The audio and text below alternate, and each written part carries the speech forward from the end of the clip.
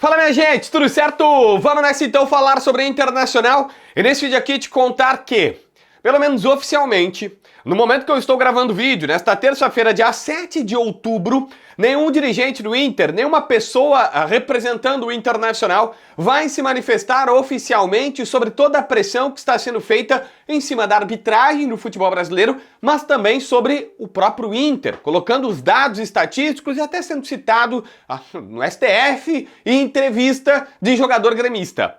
Mas eu descobri bastidores do que pensam no estádio Beira-Rio e quero te trazer esses bastidores à tona aqui para que tu fique bem informado. Antes, como sempre, preciso te convidar para ir na tela do meu computador porque eu tô com o site da KTO aberto. A KTO é minha parceira. Desta quarta tem rodada atrasada do Campeonato Brasileiro.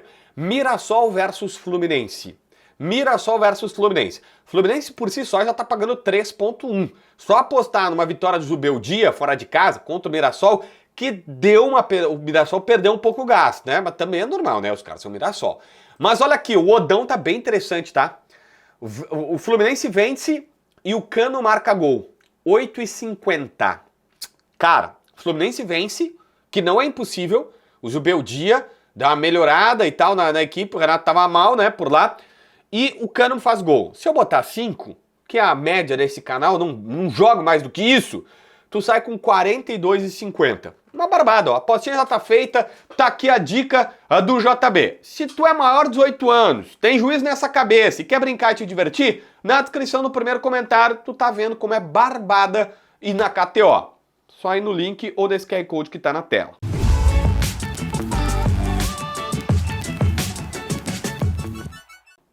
Gente, o Inter não vai se manifestar oficialmente, publicamente, até o momento. A não ser que surja um fato novo que se reavalie a situação. Não há, por parte da diretoria colorada, uma ideia de se expor nesse momento. O entendimento é que tudo que aconteceu, por exemplo, no final de semana, é uma briga de Flamengo e Palmeiras, que estão brigando pelo título do Campeonato Brasileiro, que acaba, por exemplo, respingando no São Paulo, porque estava envolvido no lance. E do Grêmio com a CBF, que está lá fazendo a sua vida e tem as suas reclamações.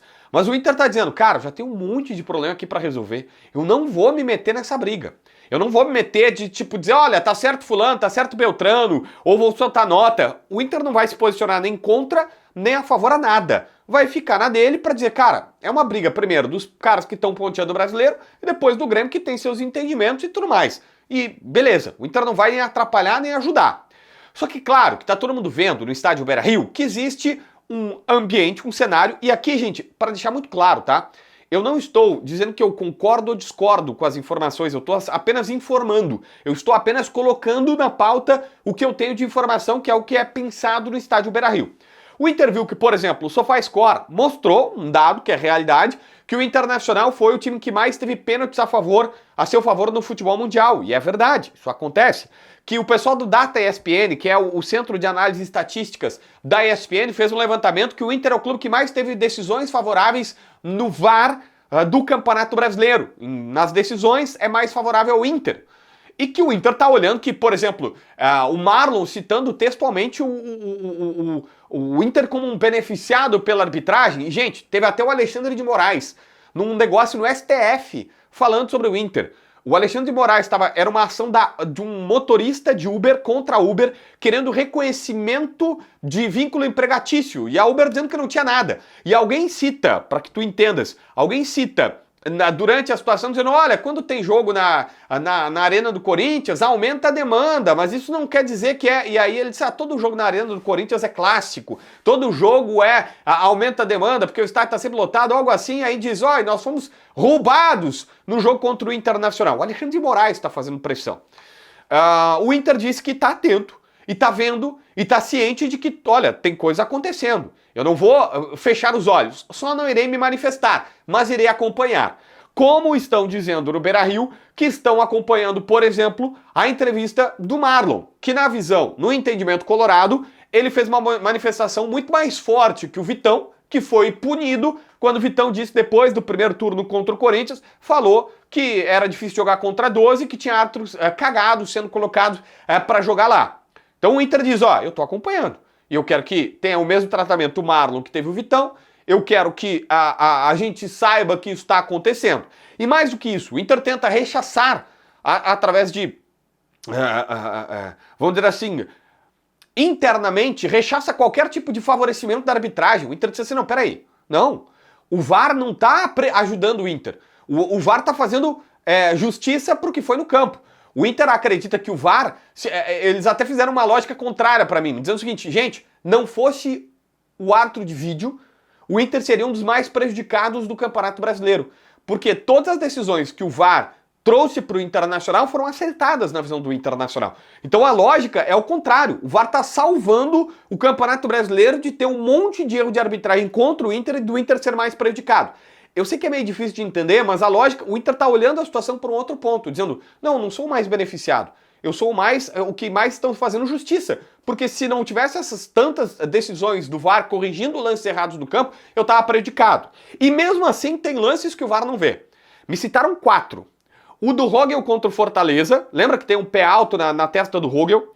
O do Fernando, que tomou um chute contra o Palmeiras.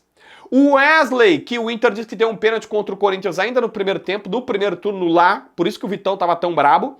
E tem um lance contra o São Paulo, que o Borré vai finalizar um gol, vai fazer um gol, e o árbitro apita antes do jogo, invalida, e não pode nem o VAR participar, que são 4 lances que o Inter considera que foi prejudicado.